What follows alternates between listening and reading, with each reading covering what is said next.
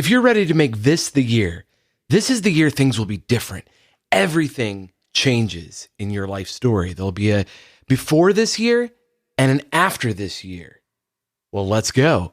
This is The Next Simple Step. I'm Paul Goldsmith, and I truly believe you can change your life this year with one simple mindset shift.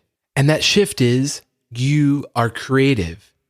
You create the things that matter to you. That's it. My life has dramatically changed the past 2 years, and it started when I had that mindset shift and I became an entrepreneur. I no longer expected an income from an employer. I took ownership of the work I do and have since created 4 businesses, and I'm just getting started. I am creative, and I believe you are too. What's the thing you've been putting off doing? You've dreamt about it, or maybe you've even dabbled a little bit, but you've gotten stuck or distracted and haven't taken the next steps to make it a reality. Whether it's starting a business, maybe it's learning an instrument, taking a cooking class, traveling, whatever it is, this dream of yours to take action, to create. Just decide this will be the year you will be courageous enough to take the next simple step, and the one after that, and the one after that, and just not stop. Creating something, being creative, is a spiritual act. You were made to create, and when you don't create, there is a void in your life, and you end up filling it up with something else. Consuming the creation of others can bring inspiration, but it's not enough.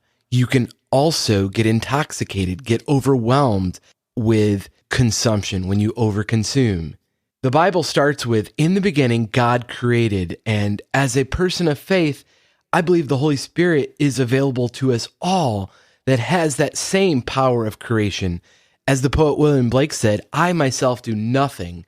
The Holy Spirit accomplishes all through me. So this isn't an ego thing. This isn't about patting yourself on the back about how awesome you are to create the thing you're creating. It really is about letting it flow through you, this God-given gift you've been given, this desire to make something in the world. Each one of us has different callings and talents and abilities, whether that be music or making meals or blogs or podcasts or whatever it is. It's unique to you. And you might just be avoiding it because it's important to you. You're afraid to create it because you might not be good at it, or you might be judged. And in the Western world, this is a challenge because we are surrounded with so much, with indulgences every single day of food, drink, media, everything, our imagination could want. We get delivered right through our phone. We have access to so much, and a lot of it's useful and necessary in the proper quantity, but it's toxic when we're just consuming all the time, day after day, month after month, year after year. Guilty pleasures and creature comforts are in massive quantities, and they are killing your creativity and possibly even your soul. I don't believe in the idea of a self-made man or woman. If you're born in America or somewhere else in the Western world with 2 parents in the 20th or 21st century, you've hit the lottery. It's the greatest time ever to be alive. And you have immense privilege, but also you are extremely susceptible to affluenza, too much affluence, and you don't have a longing, a need for God to work through you. You seem pretty self-sufficient, but that's the problem. You're not. You have just enough money to not have to be creative to make your own job. You either create your own future or allow someone else to do it for you. Of course, life is hard and there's setbacks, and everybody has their own unique limitations and fears and challenges. But so what? That's the hand you're dealt. You can do hard things because we all have to do them at some point, but you get to choose your hard. You can stay stuck and suffer where you're at, or do the hard work of pursuing your craft, leveling up. You never arrive. You just get to new levels of hard. As E.B. White said, I rise in the morning torn between a desire to improve the world and a desire to enjoy the world. This makes it hard to plan the day. Can you relate to that? I sure can. I challenge you to do both. Savor each day because it truly is a gift, but don't just stay there. I'd highly encourage you, if you don't have one, to get a gratitude journal. I use one called the 5-Minute Journal and just write down what you're grateful for. But then you have to be intentional about deciding what creative work you will choose to do each day because it matters. It matters because you matter. You were made to create. In the US, we're about to enter another election year, and people are going to drive themselves crazy with all the news that is generated to do that, to outrage you and keep you watching. But what if you opted out of it all? Spent that time creating rather than consuming the news or opinions, blocking anyone in your feed that posts divisive stuff. Of course, I like to stay informed, and you can too, about the issues you care about, but you are intentionally choosing what to read and not just whatever happens on your stream. Even better, rather than just consuming more information about something you care about, take action, create, volunteer, or donate for a cause that supports your values. Be for something rather than against someone or something.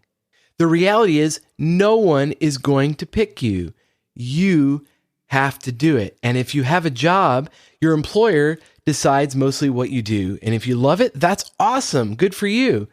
If not, what are you going to do about it? Let's get down to it. Here's your next simple step.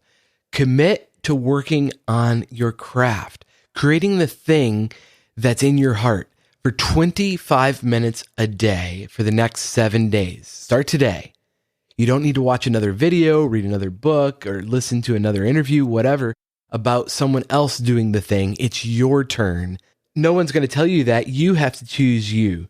And then you set a timer for 25 minutes. I use the Pomodoro app myself, but any timer on your phone will do. But while you're at it, put your phone on airplane mode. Unplug your home internet if you need to. This is important. Dare I say this is war. It's a spiritual battle. You have to take violent action to fight the resistance that will come. After your first 7 days of this creative battle, double up. Schedule a second time in your day to spend another 25 minutes to work on your craft. And if that means you have to get up an hour earlier or skip an episode of a show at night or your lunch hour, do it. You're worth it. If it matters to you, you must take it seriously. It's not silly. It's soul work. I was thinking about this after I attended a recent funeral. In fact, it was called a celebration of life. And I noticed that friends and family of the person talked a lot about that person's creative interest and not a lot about the actual work that they did to get paid.